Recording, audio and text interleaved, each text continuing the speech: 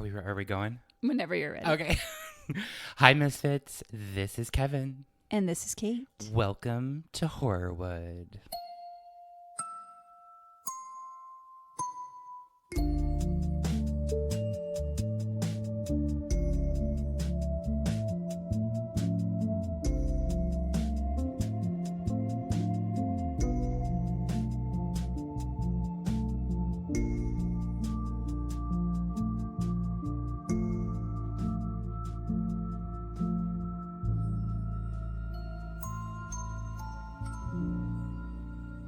Happy post-Halloween. Yes, happy post-Halloween. How was everyone's Halloween? Did you guys have a great time? Did you eat a lot of candy? Did you dress up? Did you go out? Did you stay in? Did you watch scary movies? I did none of those things. Kate was on a beautiful vacation. I did stay in on Halloween because we had just gotten back. Yes. But I also had a very horrible cold, which you can probably hear. Oh, no. I went out last night. I threw on my old creepy mossy vampire outfit. By last night, you mean Halloween? Oh, Halloween, yeah. Because it's Saturday. Actually, anytime you listen to this, the night before is when I went out. No, I went out Halloween night, dressed up. It started raining immediately as I walked out the door. Oh, no. And I had to take my cape and hold it over my face. Well, at least you had a cape. At least I had the cape, right? And so went bar hopping, had a lot of drinks, and yeah. You can probably cut this, Kate, but I ended up making out with some guy on the street. Yay! With your vampire fangs in? Amazing. Awkward. Didn't even see it coming. Oh, did he just grab you? I don't really know how it happened. It just happened. Oh, my. Yeah. Okay. And as I was saying goodbye, everybody had a smudge of gray face paint on their head. But, yeah. What a Halloween. Sounds like it. Yeah, I wish I had felt better. Matt did all of the Halloween candy to the trick-or-treaters and the candy shoot. And we had Luke and Michael from downstairs up for dinner. Matt made us a delicious chili.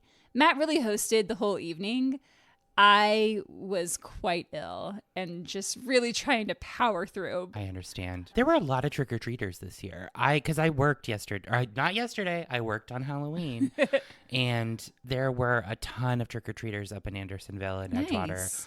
There were designated crosswalk people like they have for schools. Yeah. But they had blue vests. Okay. And helping people get across the street safely. It was very kind of them. Yeah. Well, we hope that you guys had a great Halloween. Yeah. Also, when I say some guy, I did talk to him all evening, and he was a very nice person. Oh, so, I assumed it was a stranger on the sidewalk. Not a stranger. Not a stranger. A stranger did run up to me and say, I love and took a picture with me. It was like, I love your outfit. Nice. There were a lot of people dressed as Gladys from Weapons. Amazing. A ton. Which is already streaming on HBO. Yeah. I put it on the other day because I was like, this is on. So I just had it on the background. But no, everybody had their little red wigs and their twigs. Perfect. Their wigs and their twigs. Their wigs and their twigs. Anywho. All right, let's get into this. Talk about being possessed by the Halloween spirit, Kate. Oh, nice segue. Right? Yes. I love it when I can come up with one one creative thought a day. Okay. In the 1970s, a young woman named Anneliese Michel from a quiet village in Germany began to believe she was possessed by demons. What started as strange seizures and unsettling visions slowly turned into something much darker. A battle between medicine, faith, and fear. Over the course of 10 harrowing months, she endured dozens of exorcisms, about 67. I thought it was 68. It's different based on where you look. Gotcha. One off, I mean, regardless, what's one exorcism that's more? A shit ton of exorcisms. It's a lot of exorcisms, and it was super fucking violent. Yeah. They would ultimately lead to her tragic death in a trial that shocked the world. Years later, her story inspired the 2005 film, The Exorcism of Emily Rose. Have you seen? I think I did. It's what's the actress? Laura Linney and Jennifer Carpenter. Jennifer Carpenter. I was like, I know it's a Jennifer. Yeah. Yeah. It's such a good movie. I love it. It's a chilling blend of courtroom drama and supernatural horror. But what happened to Anneliese Michel wasn't just a movie. It was real. And the truth behind it is even more disturbing than what played out on screen. Anneliese Michel was born on September 21st, 1952, in the Bavarian village of Leibelfing, Germany. Her parents, Josef and Anna, were devout Catholics who believed discipline and prayer could cleanse the soul. Oof.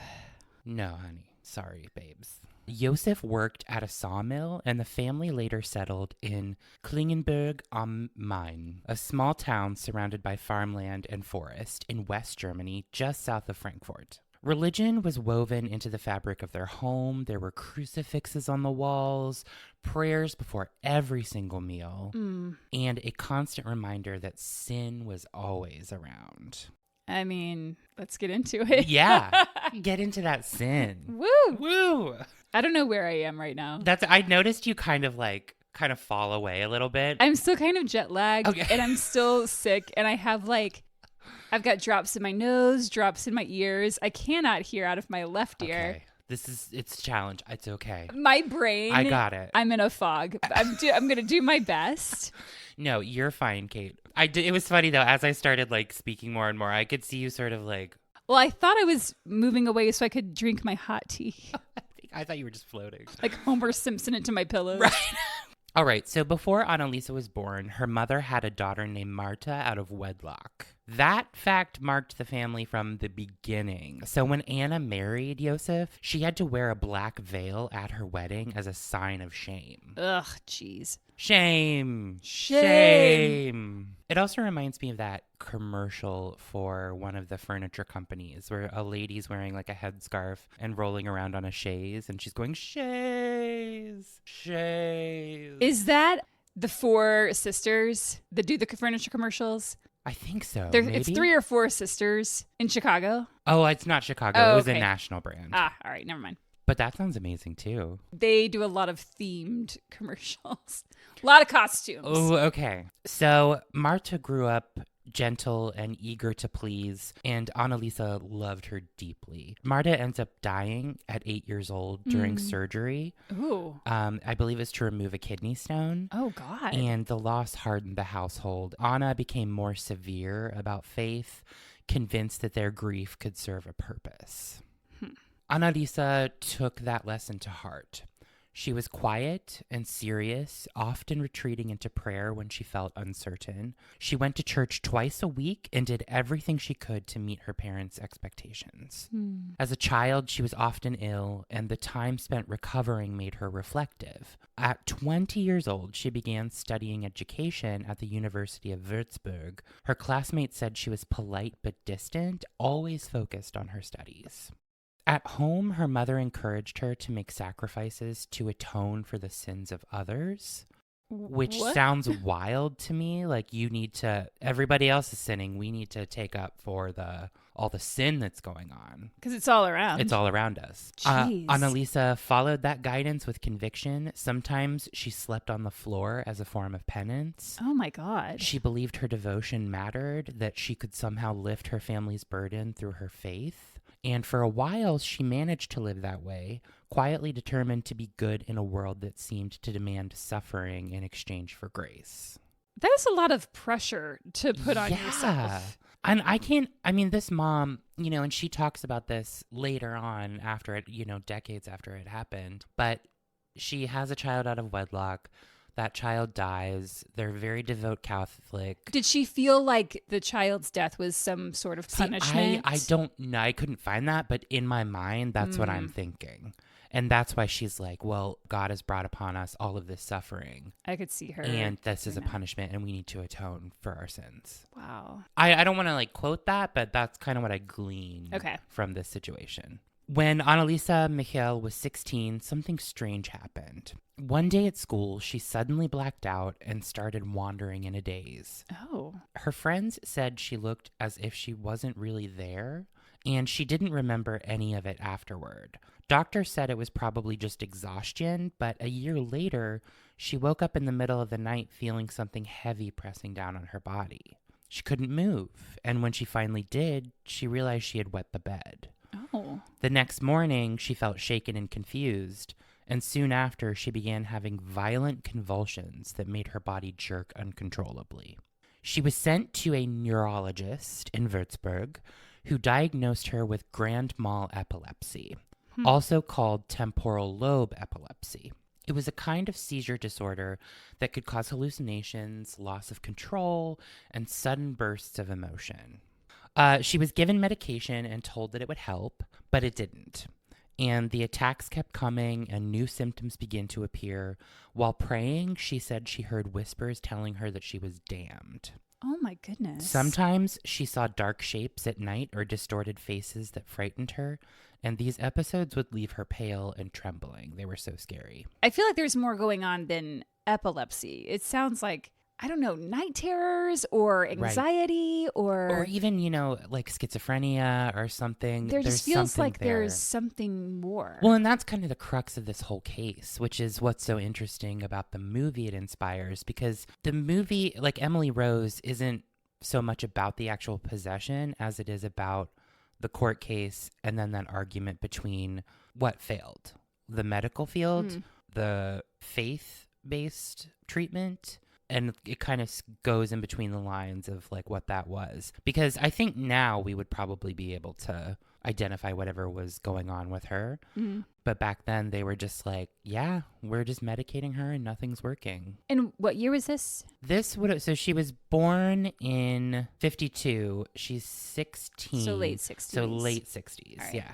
It all kicks off in the early 70s. Yeah. Like, that's where the main part of the story happens. Well, in the 70s was when, like, the Catholic Church was like, exorcism. You get an exorcism. You get an exorcism. Oprah would have handed him out like crazy. Everyone gets an exorcism. Could you imagine an Oprah studio audience and everybody's, like, cheering, but they have, like, exorcist eyes, Yikes. And they're all vomiting pea soup. Oh, my God. Blah. I knew you were going to come out with that. And now I have that image. I had to. I watched The Exorcist the other day. 'Tis the season. It was. Now it's officially holiday time. God. It's like such a change. It always goes straight to Christmas. Yep. So she's unwell. Doctors tried changing her medication. She took anticonvulsants like Dilaudid and later drugs used to treat psychosis, but nothing was making a difference. She was eventually diagnosed with epileptic psychosis, which is a rare condition that can mix physical seizures with mental disturbances. Wow, I didn't even know that was a thing that existed. Yeah. Over time, she started slipping into deep depression and thought about ending her life. Oh. But I will say she's still living out her life in kind of a normal way. Okay. She's going to school. Mm-hmm. She goes to Würzburg to university to become a teacher. Like she's being medicated.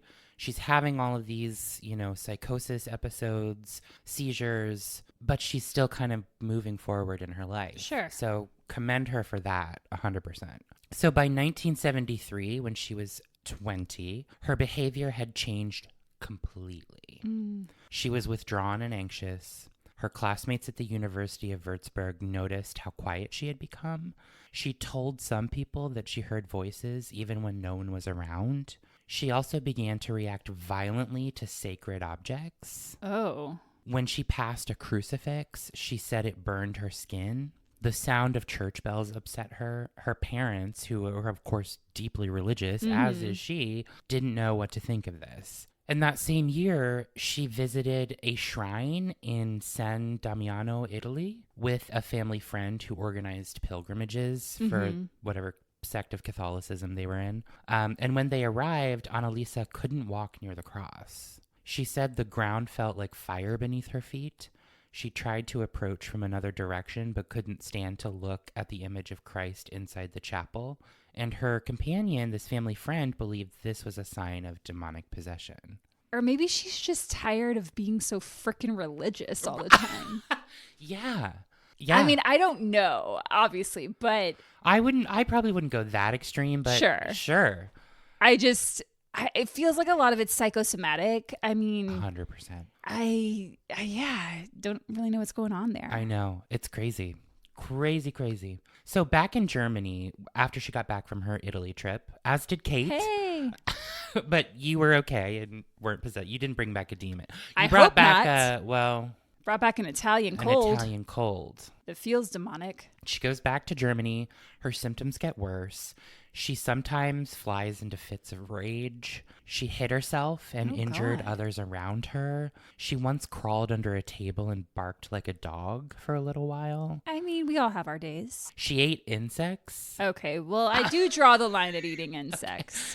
And coal. And she once coal? Coal. She ate it? And once bit the head off a dead bird. Okay, I'm really feeling some things over I know, here. it's awful. She urinated on the floor and licked it up. What? The girl who had once been soft-spoken and devout now seemed trapped inside her own body. Yeah, something's wrong. Really going on there. Really, really wrong. Doctors continue to monitor her. They prescribe stronger medications, including Tegretol, which is a mood stabilizer. Again, nothing. I hear that too. Yeah, hold on. That's a plane for sure. Oh, okay. Yeah. At times, she recognized what was happening and would beg for help. She told her family she felt empty, as if something else was living inside of her. Her physical condition declined quickly. She became thin and frail, her face sunken, her body covered in bruises. Her knees were damaged from constantly falling to her knees in prayer and like jumping up and down each day. Her voice grew hoarse from screaming. Still, her family kept bringing her to doctors, hoping for a cure. But after 5 years of medical treatment with no improvement, they began to believe something else was happening here. By summer of 1975, Anneliese had stopped trusting medicine altogether. She had told her family the drugs were keeping her from fighting whatever it was that was inside of her. The voices told her she was condemned and that she would never be free. I think she was just misdiagnosed. Oh, yeah. That's another plane. These planes, man, are they flying low today? I don't know. They feel so loud and I can't even hear. No, I hear. Oof. I always hate when they go super low and it shakes the house. A little shimmy, shimmy. Shimmy, shimmy, shimmy. So, yeah. Her parents were still desperate and frightened. They were like, let's seek help from the church. Okay. Which honestly surprises me just a little bit because they're very Catholic. And this has been going on for so long. Like, I wonder if they ever confided in their priest. Oh, you're saying it surprised you that it took that long to take it there. I see. Yeah, I don't know. I But mean, who knows? Like, maybe they weren't thinking of that. But I mean, or maybe they had gone to a priest and like just hadn't. Yeah, and hadn't done anything. Yeah. So this is when things take a turn and it changes everything. When doctors could no longer explain what was happening to Anneliese Michel, her family turns to the church. They had tried medicine, didn't work. The seizures, voices, strange behaviors, they're just getting worse and worse by the day. Her parents, Josef and Anna, began to believe she was being tormented by something evil. Their first requests for help turned down. Oh, I answered my own fucking question, Kate. I was like, there it is. Several priests told the Michels that Anneliese needed medical treatment, not an exorcism. Okay. Now they're in that stupid fucking place where the doctors are like, we did everything. And then the church is like, no, go back to the doctors. And they're like, what is going on? This is classic the movie The Exorcist almost. This poor young woman. I know, and she's been so tormented Yeah. with religion her entire life. Well, and just tormented with whatever is happening to her body. Exactly. Well, and then looking at it from the medical standpoint, there's got to be something they could have done, or maybe this is a new thing that, hadn't been parsed out yet at the time. So according to church rules, exorcisms could only happen with the approval of a bishop, and only if the signs of possession were undeniable. And what are the signs of possession? I'll get into it. Okay. But as time went on, her behavior became more disturbing. She couldn't be near religious objects. She said pictures of saints sparkled so brightly that they hurt her eyes. What?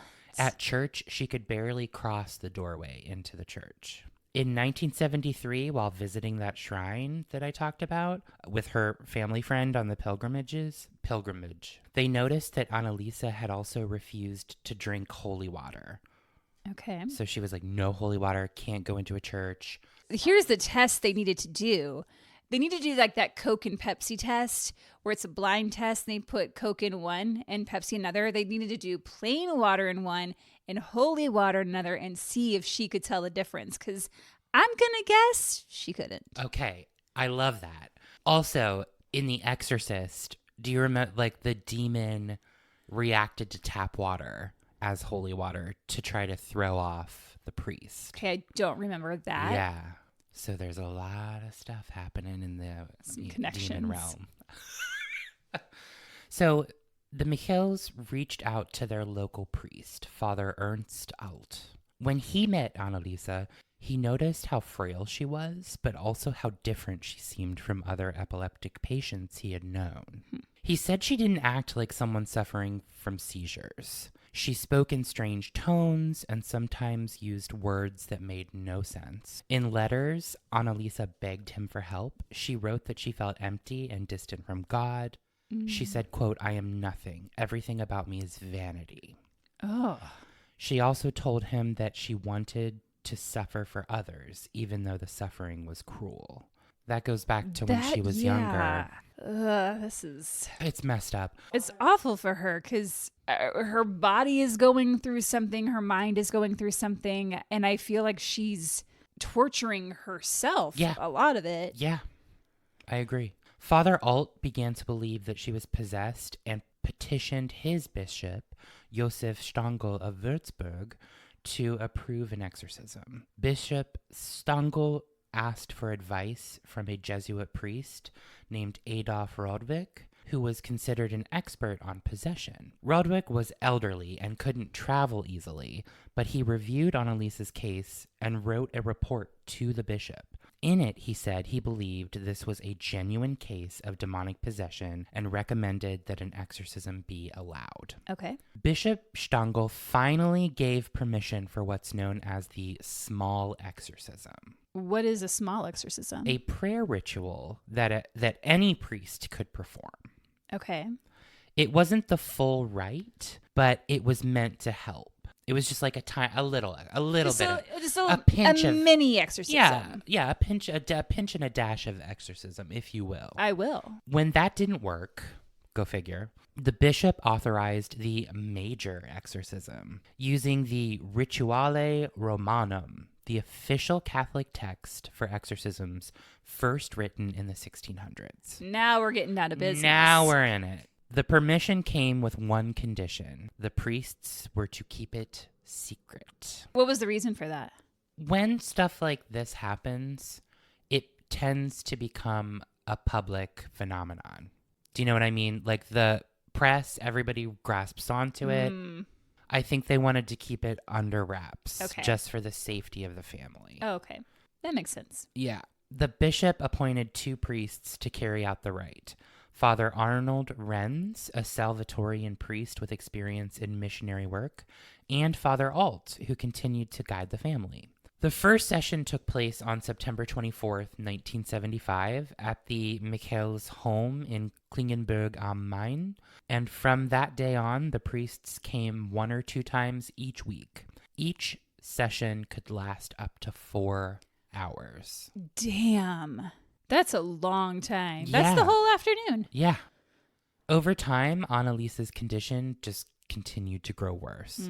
She claimed to be possessed by several entities. The priests said that during the exorcisms, the voices coming from her identified themselves as Lucifer, Cain, Judas Iscariot, Nero, Adolf Hitler, and a disgraced priest named Fleischmann. The sessions were recorded on 43 cassette tapes. In them, her voice sounds harsh and guttural, switching suddenly between different tones as if multiple personalities are speaking. The priests prayed, read from scripture, and commanded the demons to leave her. Sometimes they made her recite prayers like the Hail Mary against her will.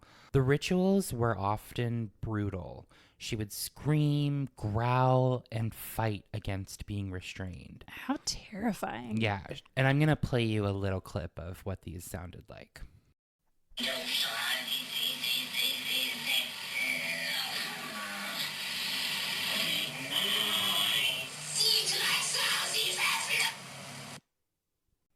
Yikes. Yeah, it's awful. That sounded horrific. Yeah.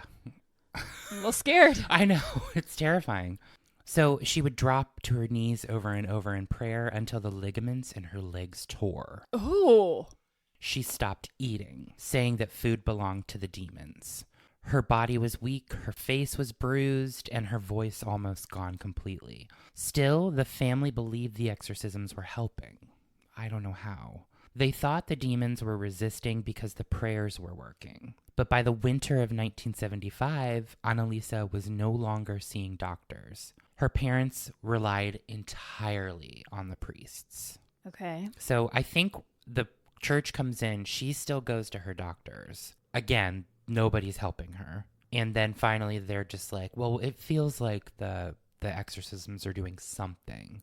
But I don't know. You have to go through 67, 68 exorcism rounds, and there's nothing. I don't know. I don't know. I'm starting to think maybe she was possessed. Kate, I mean, that clip is fucking terrifying. Yeah.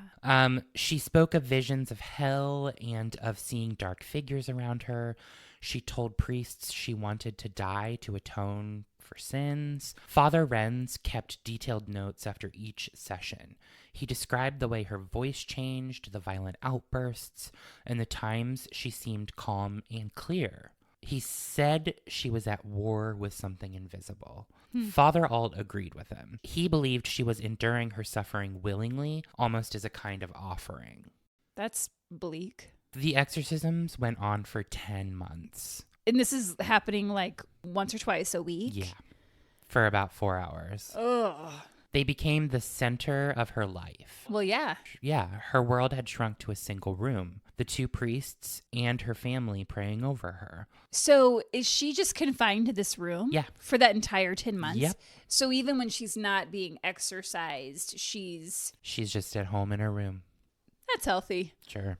And while the church had ordered secrecy, word began to spread quietly through the community that something strange was happening inside the Michel house. The people of Klingenberg whispered about it for months before anybody knew how it would end.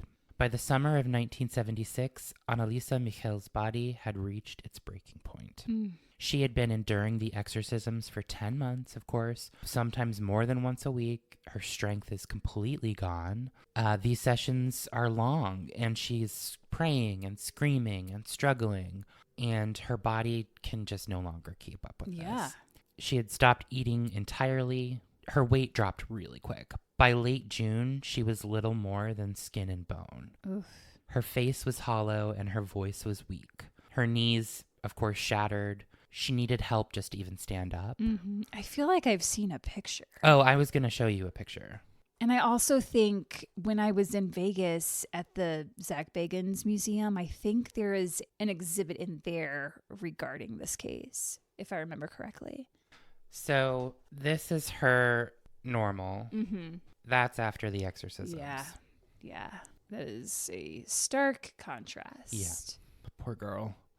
So the air inside the house had become heavy and still. Anneliese's parents, Josef and Anna, stayed close to her bed. The priests continued to visit and pray. Father Arnold Renz noted that she looked pale and feverish, but said she wanted to finish the prayers. She had begun to speak about dying soon. She said she would die to atone for the sins of others, especially for priests who had turned away from their faith and for young people who no longer believed in God. Oh my goodness. On June 30th, 1976, the final exorcism took place. She was too weak to kneel on her own, so her parents lifted her gently and helped her bend her legs. Her voice cracked when she prayed. During that last session, she whispered her final known words to her mother. "Mother, I'm afraid." To the priests, she said, "Beg for absolution." After that, she collapsed onto her bed, exhausted. The next morning, July 1st, Anna went to check on her and found her still and cold. She was only 23 years old. Oh, wow. When the doctors arrived, they said she had died of severe malnutrition and dehydration. Her body weighed just 68 pounds. Maybe that's where I got the 68. Oh, maybe.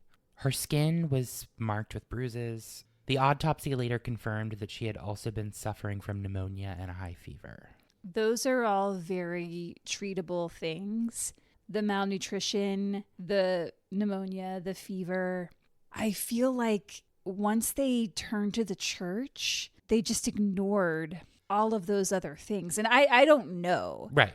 But it just reminds me of like the Brittany Murphy case. Not that she was having exorcisms, but she had a very treatable condition and just didn't do anything about it, or was persuaded not to do anything about it. And I just feel like, if she died of malnutrition, that's something that could be prevented. Yeah. If she had pneumonia, that's something that could be treated. Right.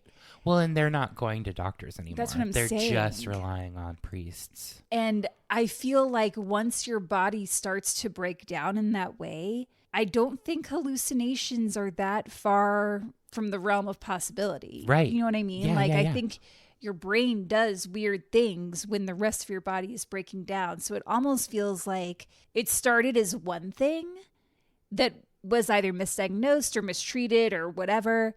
And then as it progressed and they turned away from the doctors, I guess what I'm saying is I don't feel like this had to happen like this. I agree with you. I 100% agree with you.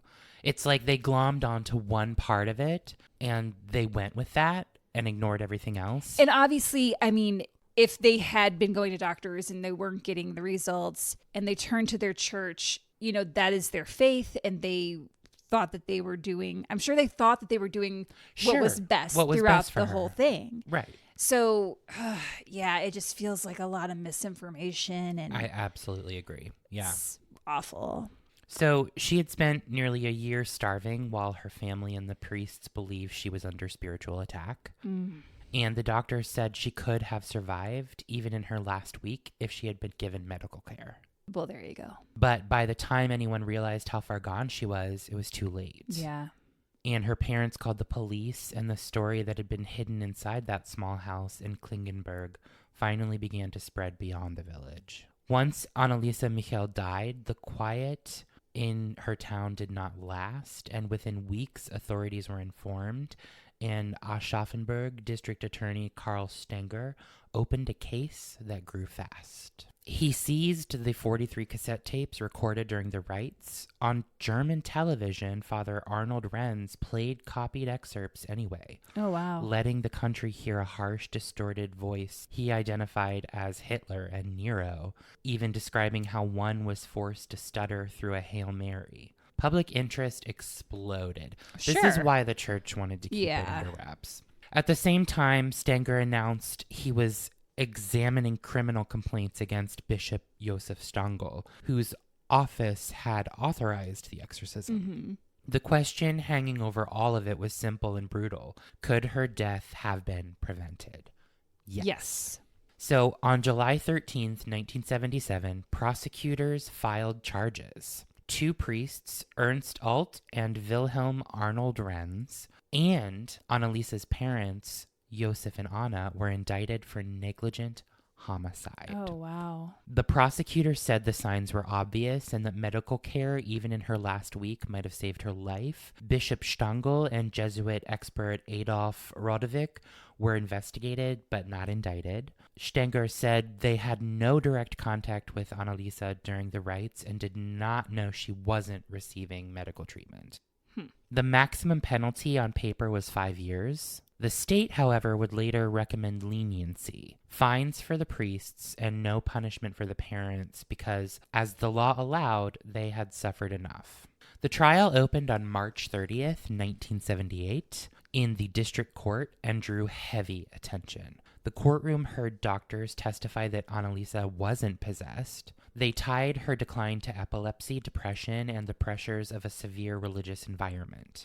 The defense pushed back on constitutional grounds, arguing for the freedom to practice religion, and played the exorcism tapes in full view of a 3-judge panel. The priests described entities that named themselves Lucifer, Cain, Judas, Nero, Adolf, all those people we talked about before, and they said she had been freed near the end. Anneliese's own letters were raised, pleas for prayer, a wish to suffer for others. The parents' counsel came from Erich Schmidt-Leichner, known for the Nuremberg trials. The church covered the priest's defense. Bishop Stangl did not testify. He later said he had not known how grave her condition was when he approved the rite. After days of clashing experts and those grim tapes, the court returned its decision in April of 1978. Guilty of negligent homicide. The sentences were suspended, 6 months in prison for each defendant, converted to 3 years probation. Okay. Along with an order to share court costs. It was tougher than the prosecution had asked for, but far from the maximum the statute allowed. Outside the verdict, the case left marks the church could feel. Officially sanctioned exorcisms in Germany declined. They saw this and they were like, fuck. Yeah. We screwed this up. We can't be doing this as much as we have been. In 1984, German bishops and theologians asked Rome to change the rite, warning that directly confronting a supposed demon could lock a patient deeper into the belief. Years later, the Vatican issued a revised exorcism rite, the first comprehensive update since the 17th century. Damn. And brought medical training into the path for exorcists. The church also stepped back from Anneliese's case in public, even as her story kept circulating through those tapes and reports. They were like, we don't know what happened. What's over there? Oh. So her family tried to care for her memory in their own way. On February 25th, 1978, almost 2 years after the burial, authorities allowed an exhumation. Her remains were moved into a new oak coffin lined with tin. So they exhumed her body because they didn't like that she was kind of just thrown in a box into a cemetery. So they gave her like a proper burial. Officials recorded the expected signs of decay for a body of that age and discouraged the family and priests from viewing her. They're like, no, she's passed and she's... Yeah, I would not want to see that. No.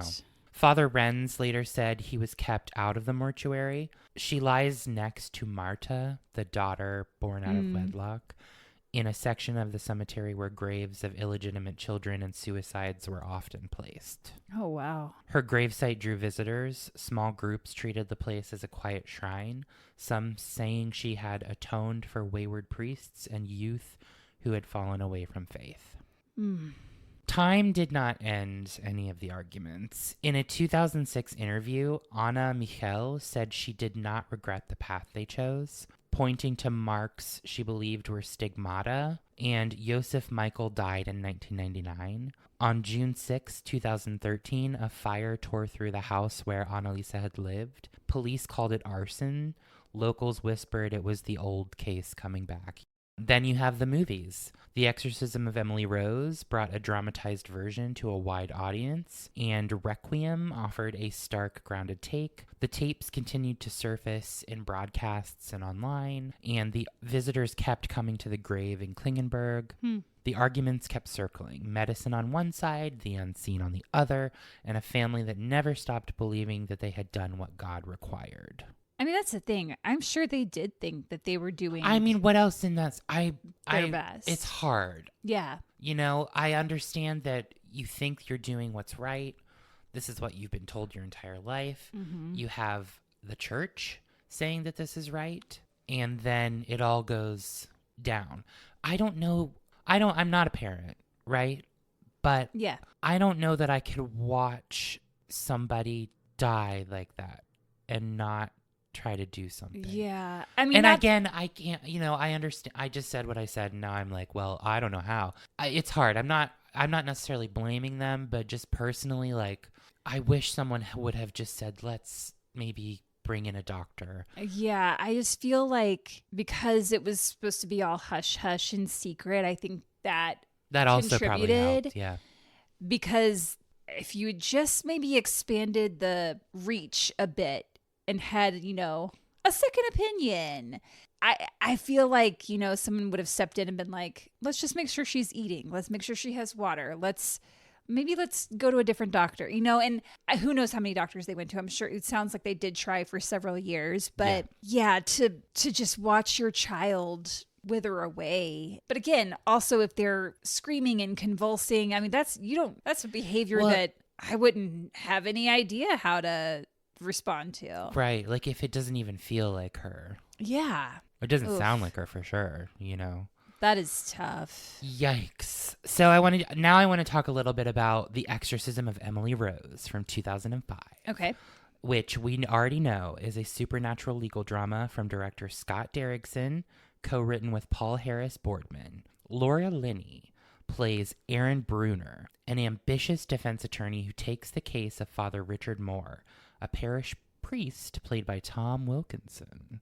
Tom Wilkinson. I pulled out my what's his face from Dateline. Keith Morrison. How can you call Keith Morrison? What's his face? I'm sorry, I blanked. I could never. I'm sorry, Keith. I love you.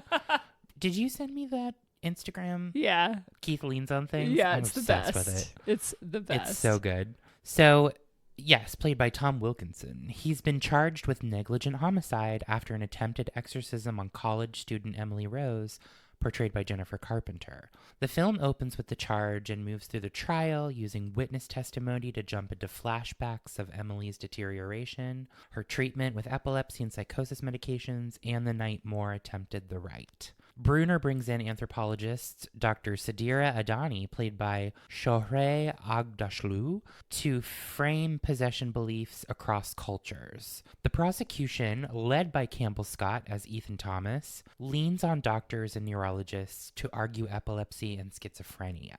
Dr. Graham Cartwright, a physician who attended the exorcism, gives Bruner a cassette recording of the rite. Moore introduces it as evidence. Cartwright never testifies after a sudden fatal car accident, which rattles Laura Linney's character, while her firm leans on her to rein Moore in. And Moore is insistent on telling Emily's full story. He reads a letter describing a field-side version of the Virgin Mary and Emily's choice to remain on earth in suffering. The court hears about stigmata on Emily's hands, and the jury finds Moore guilty, then asks the judge to sentence time served. So it's kind of the same story. Yeah. And Jennifer Carpenter is so good in this movie. Carpenter's physical work anchors the flashbacks between the court drama and her being possessed, potentially. She contorts without digital help, with a harness used for the church bench back shot, which was really cool. 2 dolls were built for locked limb poses, but Derrickson dropped the dorm room dummy once he saw what Carpenter could do. He's like, we don't need these. Oh, wow. She's great. So there's this really cool scene where she's being exorcised in a barn. I shouldn't say it's cool. It's just like, well done. Sure. But the crew often spoke about the barn scene with a kind of quiet awe, because during filming, actress Jennifer Carpenter contorted herself into twisted physical positions and delivered guttural, violent sounds in a way so raw that several crew members later admitted they genuinely wondered if she'd lost control. They were like, is she possessed? Yeah, no, they did. They called cut, and they felt unsettled by her eyes and voice. And one of them said it didn't feel like acting. And there's also an account that like one of the people ran back to the like director and was like, she's possessed. Like she's possessed.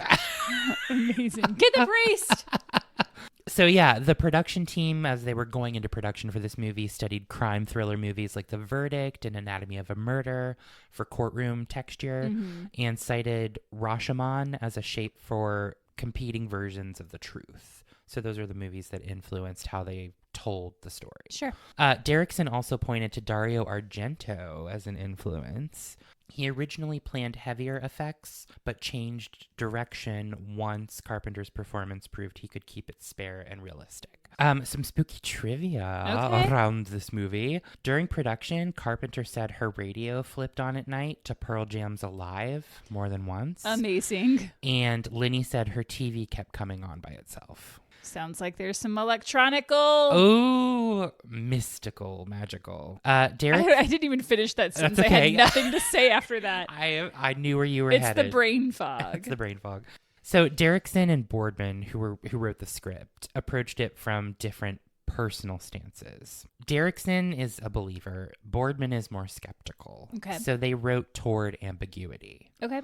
And Derrickson even skipped the film by credit to spotlight collaborators. And in interviews, he described a grim research phase, books, tapes, real exorcism videos. Sure. And said the project was greenlit right after The Passion of the Christ opened.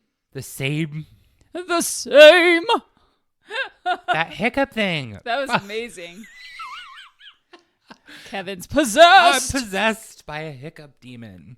This project gets greenlit after The Passion of the Christ, and the same weekend, Screen Gems' chief read the script, and he was like, "Yeah, I'm digging this." Okay. And the filmmakers. What happened to you just I now? don't know. I went somewhere that I shouldn't have. Welcome back. Thank you. The filmmakers wanted a story that lets the audience weigh spiritual claims against medical ones without giving a forced answer. And that aim shows up in small choices. A recurring 3 a.m. pull on Bruner's life, Laura Linney's character, a courtroom that production says drew on Frank Lloyd Wright's lines, and a barn exorcism sequence echoing the gospel account of the Gerasini? Demoniac? I don't know what that is. Oh, it's a subtle purple glow before ghostly turns, is how it's described. They made some creative choices and it was spooky. That's really all I was fucking trying to say. Got it. This was released by Sony's Screen Gems on September 9th, 2005. The film cost about $19 million to make, but grossed roughly $145 million worldwide. All right. It did well. Yeah. I remember it was kind of a big movie when it came out. It won Best Horror Film at the 32nd Annual Saturn Awards. Oh. Jennifer Carpenter earned MTV's Best Frightened Performance. Reviews were mixed overall, though Roger Ebert called it intriguing and perplexing and gave it 3 stars. Okay. The numbers and the debate fit the movie's design. It plays as a legal case with that supernatural little sprinkle on top. The Catholic Church reacted to this movie, too. Oh, you don't say. Uh-huh. They had some criticisms of its dramatic license and theological portrayal, but actually other people in the church found it to be a respectful and even faith-affirming film. Oh, all right. Some church members expressed concern that the movie's depiction of evil could be disturbing, but others really liked the portrayal of the Rose family's Catholic faith and its sympathetic depiction of the priest. And that is the conclusion, listeners, of the potential possession of Anneliese Michel in the movie The Exorcism of Emily Rose. Our first episode of November. Can't believe it's November. I can't believe it's November, too. I miss October. I know. I feel like I didn't even have an October because I wasn't here for most of it. I was here, and I feel like I didn't even have an October. But I do like that all the leaves are changing on the trees. Like, the trees are gorgeous right now. Oh, it looks gorgeous out. I love it. It's fall. It's fully fall. It feels is. amazing. All right. Well, we hope that you guys had a great Halloween, and we hope that you have a great week. Oh! Patronians! We didn't shout them out. Shit. Should we record it now or just do it next time? You know what? We'll do it next time. Time. All of our Patronians who recently joined, thank you. You are going to get your shout out next week's episode. We promise. We love you. Thank you. Welcome. Love you. Absolutely. And it's just this is the first time Kevin and I have seen each other in like 3 weeks. 2 weeks or 2.5 weeks. So we are a little out of sorts. Well, it's good to see you. Yeah, great to see you too. Good to see you, girl. Hey, girl. So yes, we will have our Patronian shout outs next week, and we'll be back with another case next week. And that is that on that.